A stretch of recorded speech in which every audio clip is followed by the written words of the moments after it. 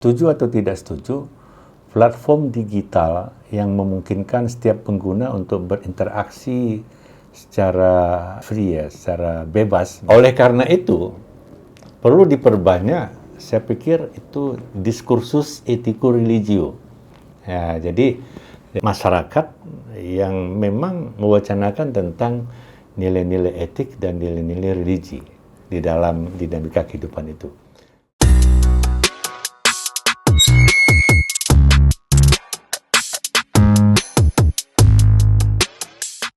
Bismillahirrahmanirrahim. Assalamualaikum warahmatullahi wabarakatuh. Apa kabar? Sudah lama tidak bersua ya.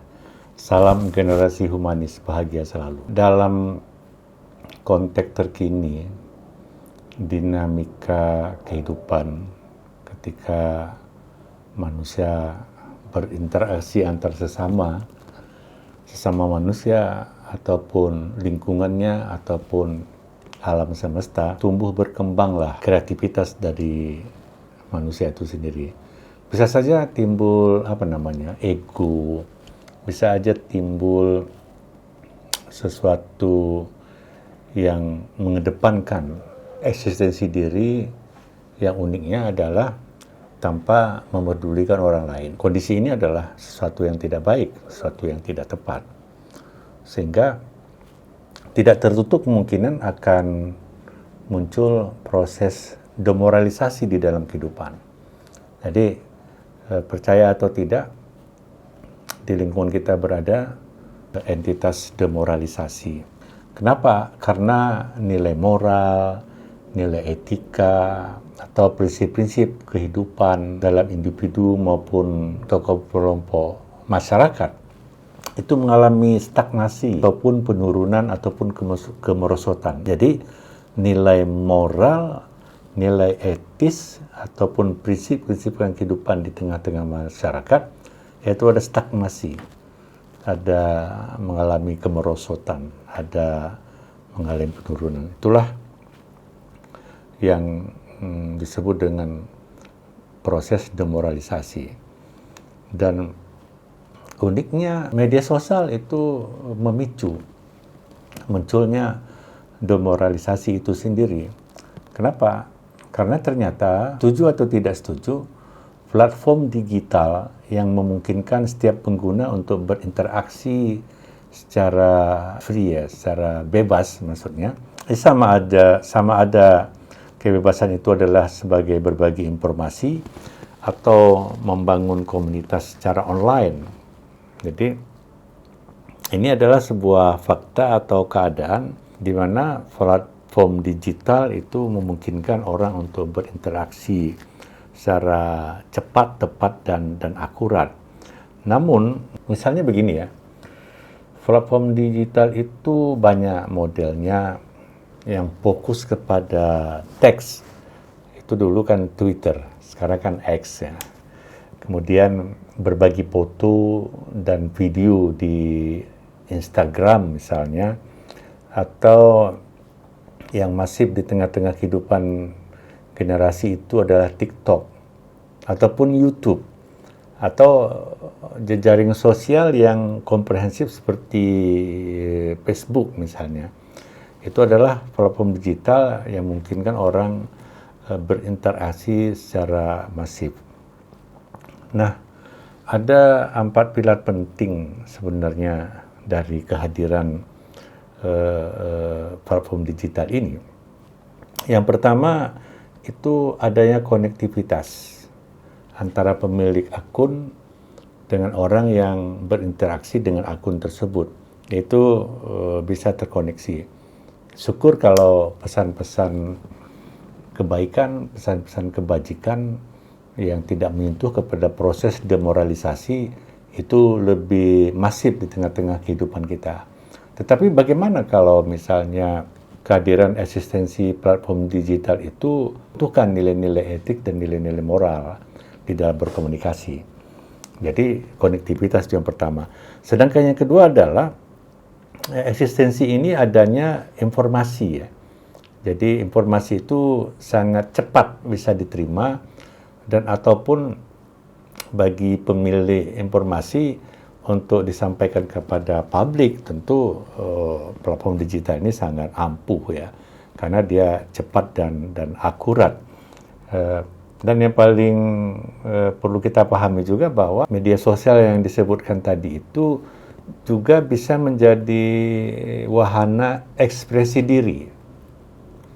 Bagaimana seseorang mengekspresikan dirinya, memproklamirkan bahwa inilah aku gitu. Atau ide-ide dan pikiran-pikiran. Jadi ini bisa digunakan dalam konteks itu. Bila itu yang terjadi, maka pada kelanjutannya adalah platform digital itu atau media sosial yang kita diskusikan tadi, dia bisa menjadi ajang pemasaran. Bisa digunakan untuk bisnis dan sebagainya. Tetapi ingat, kita ingin mengkaji ini di mana nanti ada entitas demoralisasi itu sendiri. Oleh karena itu, perlu diperbanyak, saya pikir itu diskursus etiko religio. Ya, jadi masyarakat yang memang mewacanakan tentang nilai-nilai etik dan nilai-nilai religi di dalam dinamika kehidupan itu.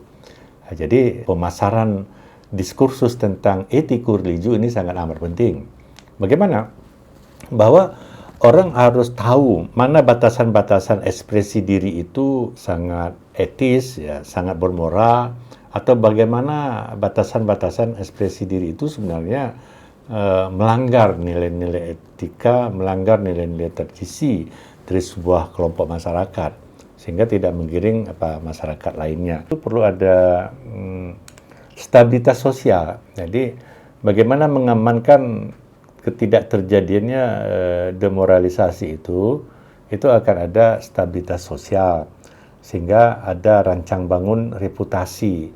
Konstruksi reputasi itu adalah jangan sampai penggunaan platform digital itu memasarkan ide-ide yang konstruktif untuk kebutuhan dinamika kehidupan masyarakat secara meluas, itu bisa meruntuhkan reputasi diri. Jadi itu yang perlu dijaga. Tentu di sini ada hal-hal yang perlu diperhatikan. Oleh karena itu, mereka yang wise, ya, mereka yang bijak itu harus mampu untuk bisa menggunakan platform digital itu tidak mengarah kepada ujaran kebencian atau bahkan yang menolak ya. Karena tanpa sadar perilaku-perilaku kita di dalam menggunakan konstruksi platform digital itu tadi itu akan mendatangkan proses demoralisasi di dalam berkehidupan kita. Oleh karenanya, apa yang perlu kita pasarkan ya, bahwa setiap orang harus punya komitmen dan responsibility terhadap apa yang ia lakoni dan apa yang dia ucapkan. Jadi ada apalah, kalau bahasa tradisinya itu mulut kamu adalah harimaumu. Jadi jangan karena ujaran jangan karena narasi-narasi yang dikeluarkan itu melanggar etis, melanggar religi, sehingga di sana ada proses demoralisasi di tengah-tengah kehidupan kita. Oleh karena perlu ada komitmen, perlu adanya tanggung jawab, sehingga di dalam wacana itu nanti akan ditemukan apa yang dimaksudkan dengan inovasi di dalam berinteraksi antar sesama. Itu filosofi yang perlu ditumbuh kembangkan, saya pikir, di tengah-tengah kehidupan masyarakat kita. Jadi bukan bahwa karena ada kebebasan untuk mengekspresikan nalar, kebebasan untuk mengkritisi problematika kehidupan, sehingga kita itu tidak membuat inovasi yang konstruktif di dalam berinteraksi. Oleh karenanya, yang lebih elegan adalah bagaimana supaya tidak terjadi komunikasi itu sebuah proses demoralisasi, maka ya saya pikir perlu ada segenap kebutuhan menggunakan platform digital itu digunakanlah standar kebutuhan terkini berbasiskan religi. Jadi harus ada ikatan-ikatan moral, harus ada ikatan etik yang perlu ditumbuh kembangkan. Dan itulah sebenarnya sebagai entitas solutif yang perlu kita pikirkan. Artinya apa?